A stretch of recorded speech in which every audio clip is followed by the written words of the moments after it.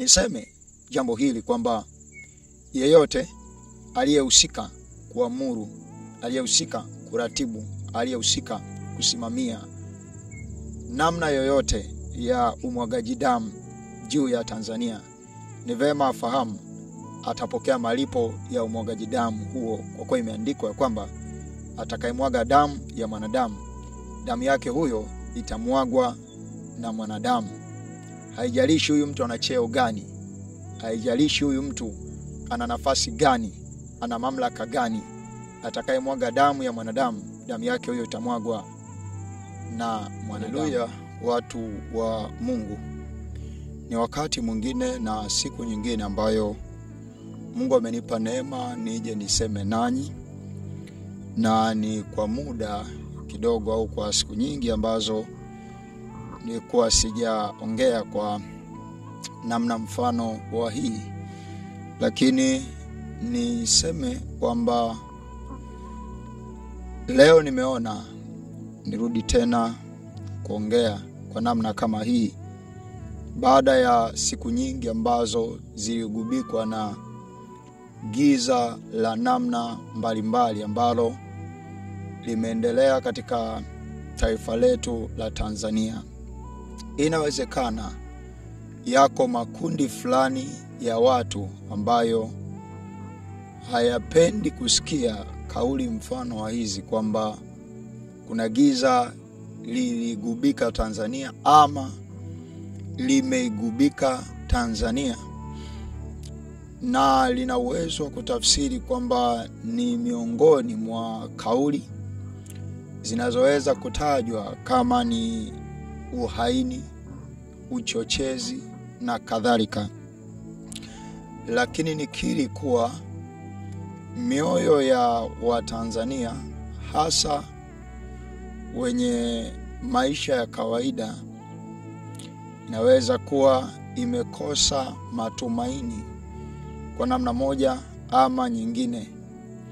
Japo kukosa huko matumaini, mimi naweza nikawa nimekuchukulia kwenye eneo la watu ambao kwenye Biblia waliwahi kupewa mamlaka, na baada ya kupewa mamlaka wakawa wanajua wao wana uwezo wa kufanya lolote kwa yeyote. Niliwahi kusoma mwaka jana kwenye moja kati ya clip ambayo nilikuwa naongelea kwa habari ya wakubwa fulani waliowahi kuongelea kwamba tuliwapa uhuru wa kurudi nchini, lakini baada ya kurudi nchini mnaota mikia. Niliwahi kuongea nikasema ukweli ni kwamba inawezekana kwa sasa Mungu amenyamaza, lakini siku yoyote ambayo anaweza Mungu akaongea ama katuonea huruma, kuna uwezekano wa watawala ama watu ambao wamepewa dhamana wakawa ndio watu wa kwanza kushuhudia kisasi cha Mungu kinavyokuwa ama kinavyoweza kuwa. Niseme tu kwa ufupi kwamba taifa lolote linapokuwa linaingia kwenye hali mfano wa hizi, huwa kuna watu wanakuwa wamesababisha. Hakuna taifa linaweza kuingia kwenye hali ya sintofahamu ama watu wake wakaingia kwenye hali ya sintofahamu bila kuweko watu ambao ni kwa namna ya wazi kabisa wanafahamu wamehusika kupelekea hali hiyo itokee. Sasa mimi ninachokuwa nafahamu ni kwamba mazingira mfano wa umwagaji damu ambao unaelezewa kwamba ni AI, kama ni AI au kama ni video za kutengeneza, sawa. Mazingira ya hizo video za AI ambazo zinazungumziwa, lakini pia mazingira ya hata baadhi ya watu ambao hata kama ukasema ni AI, lakini kuna watu baadhi wanaonyesha wanasafirisha mili kupeleka mikoani kwenda kuizika kutoka kwenye majiji na wanazo hizo video. Sijajua kama kweli nazo ni AI au mabasi nayo ni AI. Kuna watu baadhi wanaonyesha wanaomboleza, wako kwenye misiba, wanaimba baadhi ya nyimbo ngumu za kuonyesha kama kukejeli vyama fulani, makundi fulani. Lakini kitu ninachokiongea hapa ni kwamba mazingira mfano haya huwa yana watu walioyasababisha. Kwa kawaida huwa kuna watu wanakuwa wameagiza maagizo fulani ya vitu hivyo vitendeke, wakiwa wanaamini maagizo hayo yana faida kwao au yana faida katika ufalme wao. Kimsingi ni kwamba kwenye historia ya ufalme na wafalme na wamiliki mbalimbali au watu mbalimbali waliowahi kuwa na mamlaka, watu hao wamewahi kuwa wakitoa aina mbalimbali ya amri ambazo kazi yake kimsingi ilikuwa ni kuhakikisha wao wanaendelea kuwa madarakani hata kama ni kwa kuua. Na ukweli historia inaonyesha kwamba wako watu waliobaki madarakani kwa kuua, ama waliobaki kwenye mamlaka fulani kwa kuua, au waliolazimisha kukaa kwenye mamlaka fulani kwa kuua. Sasa tunazisoma historia ili tujulishane kwamba ghadhabu ya Mungu huwa inaweza kaanzia kwa yule aliyeagiza watu kuua mpaka kwa aliyeua mwenyewe. Katika kitabu cha Waamuzi 9 mstari tuanzie wa 3 au nianzie mstari wa kwanza. Abimeleki mwana wa Yerubbaali akaenda Shekemu kwa ndugu za mama yake, akanena nao na wote waliokuwa wa nyumba ya baba ya mama yake, akasema, haya, neneni tafadhali masikioni mwa waume wote wa Shekemu, mkaulize, je, ni lipi lililo jema kwenu, kwamba hao wana wa Yerubbaali wote ambao ni watu 70 watawale juu yenu, au kwamba mtu mmoja atawale juu yenu? Tena kumbukeni ya kwamba mimi ni mfupa wa nyama yenu. Hao ndugu za mama yake wakanena habari zake masikioni mwa hao watu wote wa Shekemu maneno hayo yote, na mioyo yao ikaelekea kumwandama Abimeleki, kwa kuwa alisema, huyu ni ndugu yetu. Kifupi, Abimeleki alikuwa ni mke tuseme kama wa mchepuko wa Gideoni. Gideoni alikuwa na watoto 70, ila Abimeleki alikuwa ni mke wa mchepuko. Sasa Abimeleki alikuwa ni mtoto wa mke wa mchepuko. Abimeleki akiwa hivyo alienda kwa ndugu zake kuambia kwamba kwa nini mimi nisiwe mfalme, kwa sababu baba yangu aliipigania hii nchi, baba yangu alikuwa ni mzalendo, baba yangu aliwaokoa wana wa Israeli, kwa nini mimi nisiwe mfalme? Sasa baada ya hapo watu wakaona huyu si ndugu yetu, hamna shida.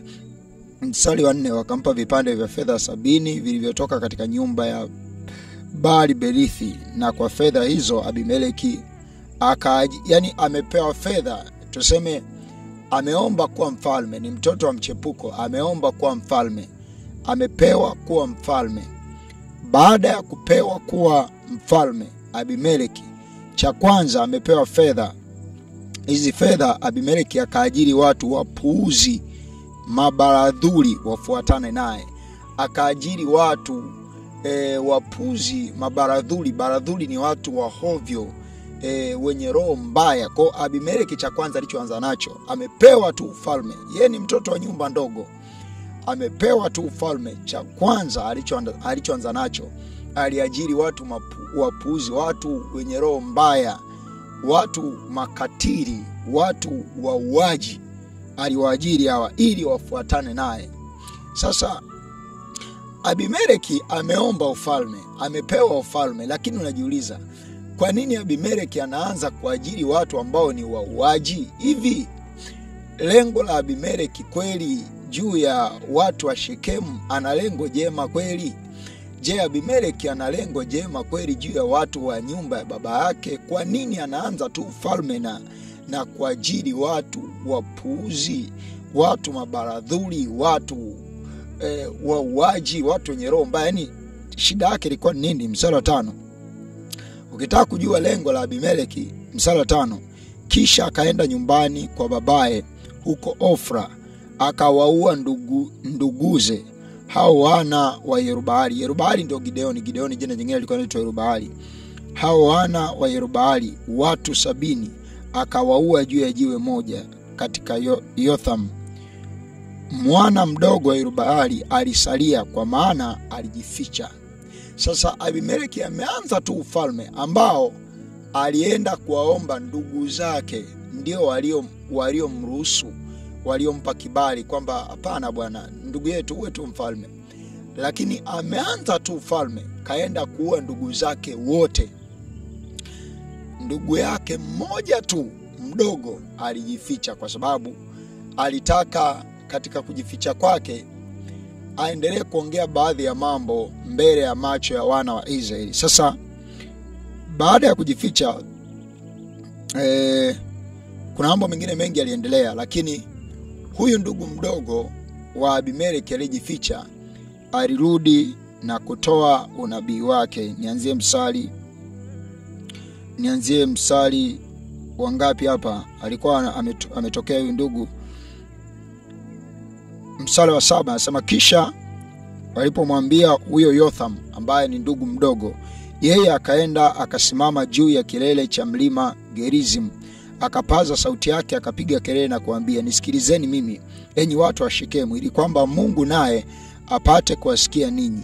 Siku moja miti ilitoka ili kutia mmoja mafuta uwe mfalme juu yao. Ikauambia mti mzeituni, tawala wewe juu yetu. Lakini huo mzeituni ukaiambia, je, niache mafuta yangu ambayo kwangu mimi watu wa mheshimu Mungu na wanadamu, ili niende nikayongeyonge juu ya miti? Haya, baada ya hapo kisha miti ikauambia mtini, njoo wewe utawale juu yetu. Lakini huo mtini ukaiambia, je, niache utamu wangu na matunda yangu mazuri, niende nikayongeyonge juu ya miti? Kisha miti ikauambia mzabibu, njoo wewe utawale juu yetu. Huo mti nao ukaiambia, je, niache divai yangu ambayo humfurahisha Mungu na wanadamu, ili niende nikayongeyonge juu ya miti? Ndipo hiyo miti yote ikauambia mti wa miiba, njoo wewe utawale juu yetu. Huo mti wa miiba ukaiambia miti kwamba, ninyi mwanitia mafuta niwe mfalme juu yenu kweli kweli, basi njoni mtumaini kivuli changu, na kwamba sivyo, na utoke moto katika mti wa miiba na kuiteketeza mierezi ya Lebanoni. Basi sasa, ikiwa mmetenda kwa uaminifu na uelekevu katika kumtawaza Abimeleki awe mfalme, na ikiwa mmemtendea mema Yerubaali na nyumba yake, na kumtendea kama ilivyostahili mikono yake na nyumba yake, na kumtendea kama ilivyostahili mikono yake na nyumba yake, na kumtendea kama ilivyostahili mikono yake.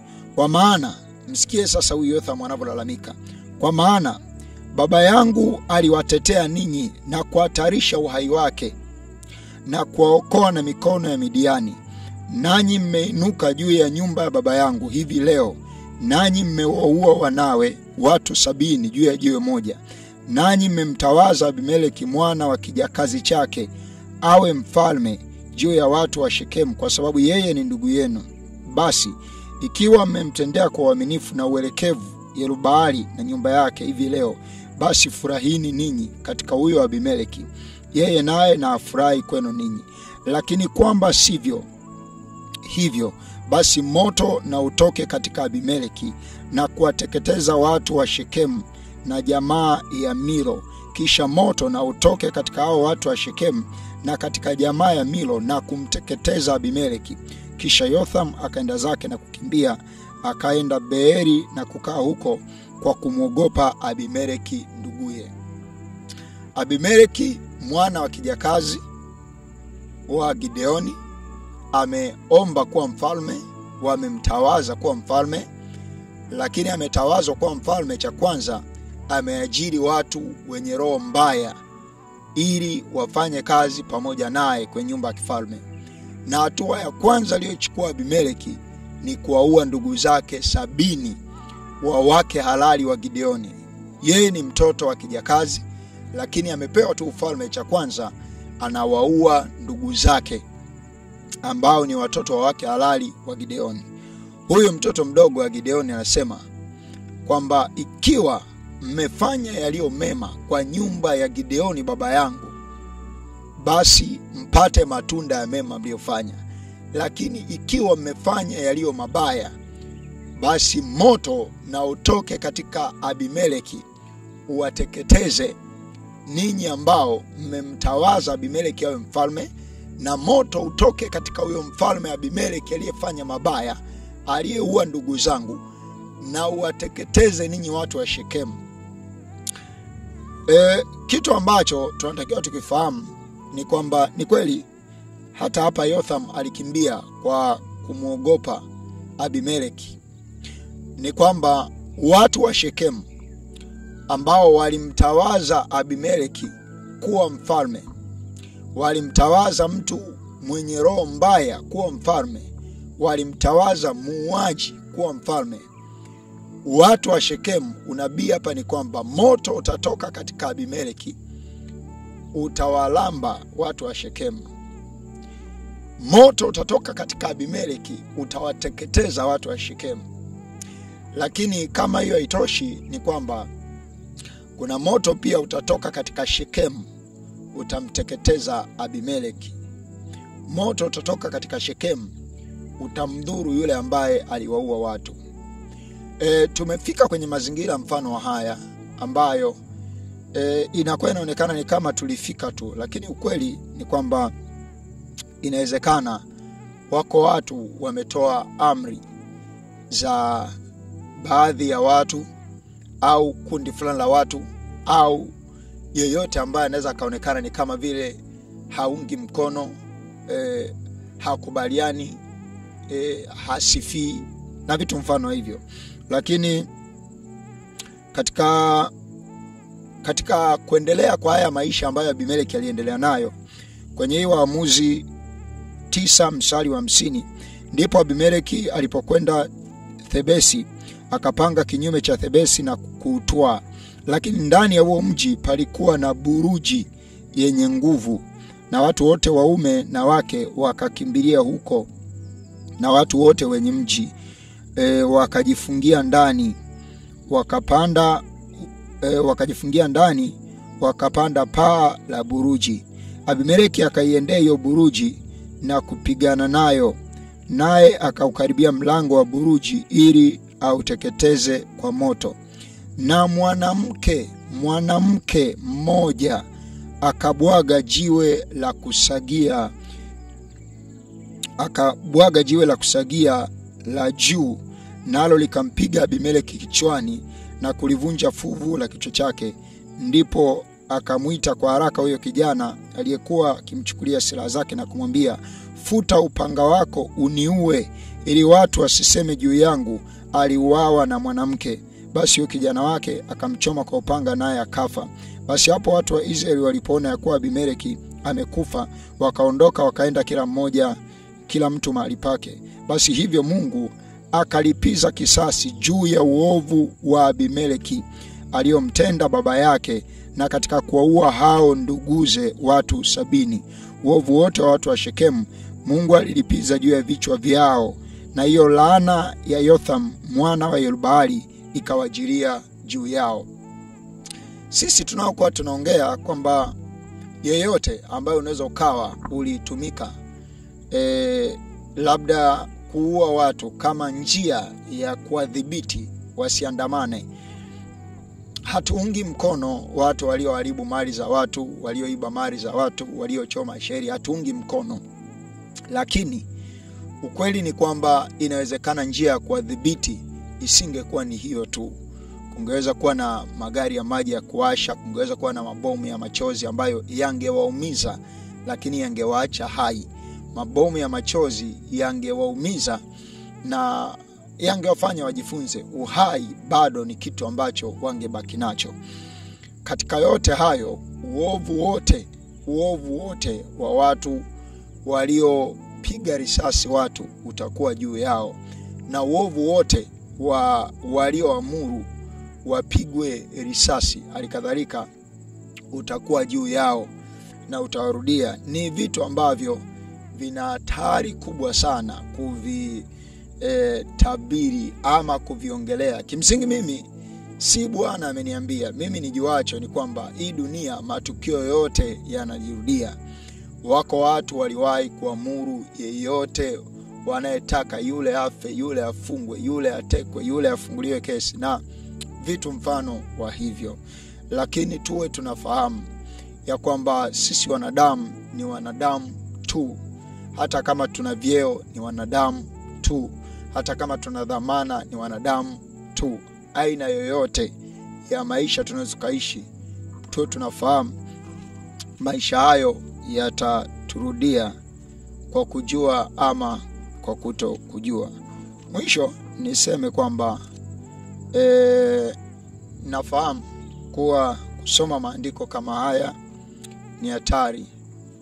Ni hatari kwa sababu hujataja jina la mtu, hujataja jeshi lolote, lakini ni hatari. Kwa nini unasoma unabii ambao unaendana na kinachoendelea?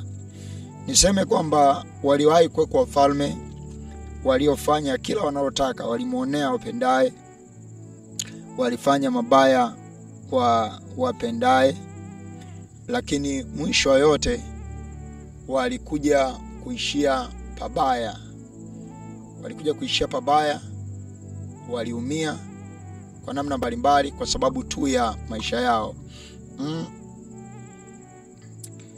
Nisome kitabu cha Danieli 4 nianzie mstari wa 24. Danieli anatafsiri ndoto ya Nebukadreza. Anamwambia hivi: tafsiri yake ni hii, mfalme, nayo ni amri yake aliye juu iliyomjia bwana wangu mfalme, ya kuwa utafukuzwa mbali na wanadamu, na makao yako yatakuwa pamoja na wanyama wa kondeni. Nawe utalazimishwa kula majani kama ng'ombe, nawe utatiwa maji kwa umande wa mbingu, na nyakati 7 zitapita juu yako, hata utakapojua ya kuwa aliye juu ndiye anayemiliki katika ufalme wa wanadamu, naye humpa yeye amtakaye awaye yote. Na kwa kuwa waliamuru kukiacha kisiki cha shina lake, ufalme wako utakuwa imara kwako, baada ya wewe kujua ya kuwa mbingu ndizo zinazotawala. Kwa sababu hiyo, mfalme, shauri langu lipate kibali kwako, ukaache dhambi zako na kutenda haki, ukaache maovu yako kwa kuwahurumia maskini. Huenda ukapata kuzidishiwa siku zako za kukaa raha. Nebukadreza hapa hakusikia unabii wa Danieli. Kwa hiyo akaendelea na maisha yake, au maskini aliendelea kuwaonea, aliendelea kuua anayetaka, aliendelea kuteka anayetaka, aliendelea kufanya anayotaka. Lakini mwisho yote unabii juu ya Nebukadreza ulitimia. Katika Danieli 5 mstari wa 17, mtoto wa Nebukadreza, Belteshaza, ametawazwa kuwa mfalme, akaanza kufanya kila analotaka. Danieli 5:17, ndipo Danieli akajibu akasema mbele ya mfalme, zawadi zako zishike wewe mwenyewe, na thawabu zako mpe mtu mwingine. Walakini nitamsomea mfalme maandiko haya na kumjulisha tafsiri yake. Kwa habari zako, mfalme, Mungu aliye juu alimpa Nebukadreza baba yako ufalme na ukuu na fahari na utukufu. Na kwa sababu ya ule ukuu aliyompa, watu wa kabila zote na mataifa na lugha wakatetemeka na kuogopa mbele yake. Aliyetaka kumuua alimuua, aliyetaka kumwacha hai alimwacha hai, aliyetaka kumtukuza alimtukuza, na aliyetaka kumshusha alimshusha. Kumbuke maandiko hapa yanatuambia Nebukadreza aliyetaka kumuua alimuua. Haijalishi huyo aliyetaka kumuua alikuwa na kosa au hana, ni aliyetaka kumuua alimuua. Aliyetaka kumwacha hai alimwacha hai. Inawezekana huyo aliyetaka kumuua ni mtu fulani mnyonge, hana kazi, hana ajira, hana maisha, hana hata nyumba, anaonewa. Huyu mtu aliyetaka kumuua analalamikia tu ndugu yake alitekwa. Huyu mtu aliyetaka kumuua, kwa sababu aliyetaka kumuua alimuua, lakini huyu anayemuua ni nani? Ana maisha gani? Aliyetaka kumwacha hai alimwacha hai. Aliyetaka kumtukuza, aliyetaka kumwacha hai, hata kama ni mwizi, ni fisadi, ni tapeli, ni mnyonge, yani aliyetaka kumuua alimuua, na aliyetaka kumwacha hai alimwacha hai. Aliyetaka kumtukuza, kumpa cheo fulani alimtukuza, na aliyetaka kumshusha alimshusha. Lakini moyo wake ulipoinuliwa na roho yake ilipokuwa ngumu, akatenda kwa kiburi. Alipouzuliwa katika kiti chake cha enzi, nao akamuondolea utukufu wake, akafukuzwa mbali na wanadamu. Moyo wake ukafanywa kuwa kama moyo wa mnyama, na makao yake yalikuwa pamoja na punda mwitu. Akalishwa majani katika ng'ombe, mwili wake ukaloa maji kwa umande wa mbinguni. Hata alipojua ya kuwa Mungu aliye juu ndiye anayetawala katika ufalme wa wanadamu, na ya kuwa humweka juu yake yeye amtakaye awaye yote. Sasa na wewe mwanawe, Belshaza, hukujinyenyekeza moyo wako, ijapokuwa ulijua hayo yote, bali umejiinua juu ya Bwana wa mbingu, nao wamevileta vyombo vya nyumba yake mbele yako,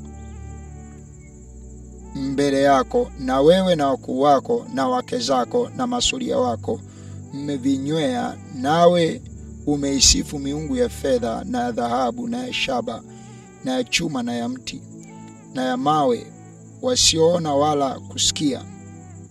Sasa hii ilikuwa ni sehemu ya tafsiri yale maneno mene mene tekeli na peresi, kwamba ufalme wako umepimwa katika mizani, nao umeonekana kuwa umepungua.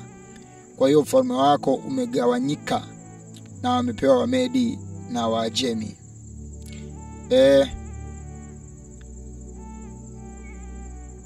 Ni nabii ambazo sio nzuri kuzisoma, sababu kama Belshaza baada ya kupewa unabii huu aliuawa usiku wake na akawa si mfalme tena. Mimi nasema kwamba matukio hujirudia, na kama matukio hujirudia, hakuna lilo jipya chini ya jua. Mwanadamu na awe na kiasi katika maamuzi yake. Mwanadamu na awe na kiasi katika maagizo anayotoa. Mwanadamu na awe na kiasi katika nafasi ya uongozi, aidha anayotaka kuwa nayo au alionayo, nafasi ya kuamuru vitu fulani, kwa sababu kila agizo analolitoa mwanadamu lazima fahamu litamrudia. Ni vema fahamu pumzi alionayo haimiliki yeye. Ni vema fahamu kwamba kila goti litapigwa na kila ulimi utakiri kwamba Mungu yupo, kwa sababu sisi wanadamu ni majani tu. Sisi wanadamu ni maua. Ayubu anasema mwanadamu huchanua, na baada ya kuchanua hilo ua hukatwa. Mwanadamu kwa kujua au kutokujua, saa yoyote kifo kinakuwa kinamvizia. Wanadamu tuwe na kiasi katika mambo mbalimbali ambayo tunayaamuru.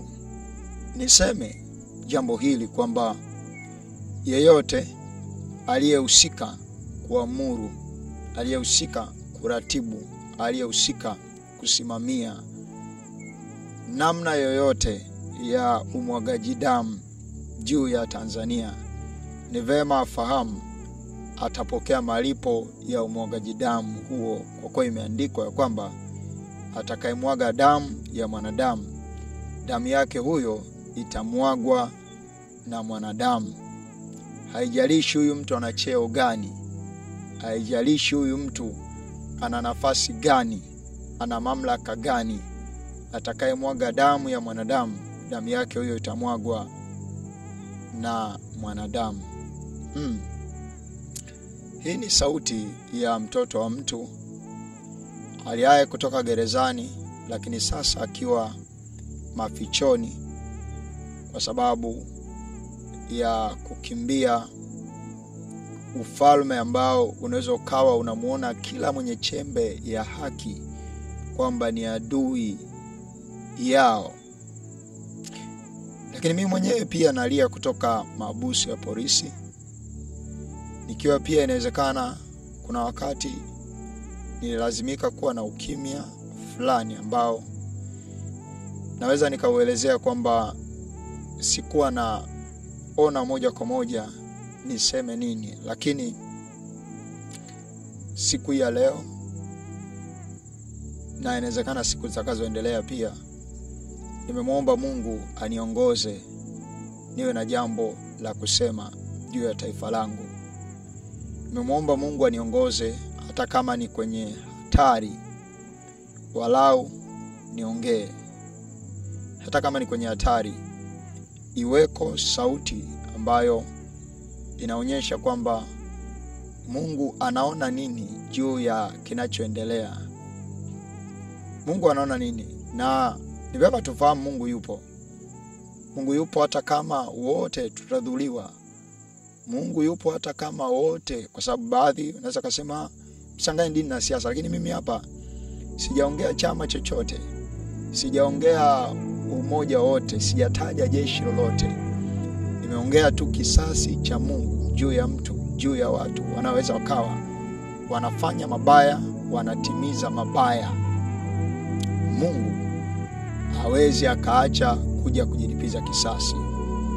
Anyway, mimi ni yule ambaye nalia kutoka mahabusu ya polisi, na huwa naripoti kila mwanzo wa mwezi. Nafahamu maisha yangu yako kwenye hatari kubwa, lakini wakati mwingine wanasema mbingu na ziniongoze kufanya kila nilotakiwa kufanya, kwa kuwa wanadamu ni maua, tutapita. Hata nisipofanya yale nilotakiwa kufanya, bado duniani nitapita, na mwisho yote ni hasara kubwa sana kupita ikiwa nimeshindwa kufanya nilotakiwa kufanya. Inawezekana kuna mahali maneno ambayo ningeongea yangekuwa ni unabii ambao ungegeuza mioyo ya watu, waache mabaya, waache uwaji, waache umwagaji damu, wakatae kuagizwa na yeyote. Kwa sababu mimi nijuacho, risasi zoko zinapigwa ni maagizo ya watu. Kijeshi ni kwamba uwezi ukafanya kitu bila kuagizwa au bila kupewa maelekezo. Au kiaskari, askari anafanya sawa na maelekezo aliyopewa. Kama yale yangekuwa sio maelekezo ya watu, au kama yale yangekuwa sio maelekezo ya kiongozi fulani wa kiaskari, tungeona kwamba baada ya hao waliokuwa wanapiga risasi, baada ya kupiga risasi siku ya kwanza, siku ya pili tungeona hawatumii tena risasi, labda wanatumia tu mabomu ya machozi au maji ya kuasha. Kwa nini? Kwa sababu viongozi husika wanaodhibiti maandamano wangesema kwamba jamani, hii njia ya risasi sio, hapana, tusitumie hii, tutumie njia ambayo sio hii. Lakini kuonyesha kwamba vitu vile inawezekana kabisa kwamba ni AI, lakini ni vitu ambavyo inawezekana kabisa vilikuwa vina maagizo nyuma yake. Ndio maana siku ya kwanza ni watu wanauawa ama ni damu zinamwagwa, na hakuna ambaye anakemea moja kwa moja kwamba jamani, mwagaji damu. Hapana. mwagaji damu, hapana. Tutumie tu njia nyingine, hao watu kiwezekana tu wapigwe au chochote kile, lakini sio hii ya kuuana. Anyway, kama tutaishi, Mungu atatupa kuishi. Amen. Kama Mungu hatatupa kuishi, mapenzi yake ya milele na yatimizwe. Kristo yu karibu kuja. Kwake siku moja ni miaka 1000. Hata kama itachukua miaka kadhaa, lakini yu karibu kuja kumlipa kila mtu sawa na kazi na maisha yake. Hii ndio maana ile neno Maranatha.